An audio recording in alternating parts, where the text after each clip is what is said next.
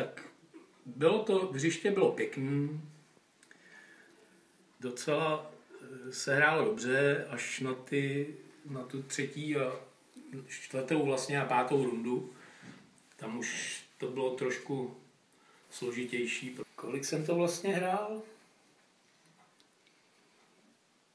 No pod 100 ani jednou. Takže dohromady 546 ran.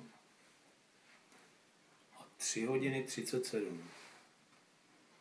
To je 763 dohromady. Tak komu bych poděkoval? Určitě těm zajícům, co to tady umožnili, tu hru, protože tady u toho zaječáku, nebo jak se to tady jmenuje.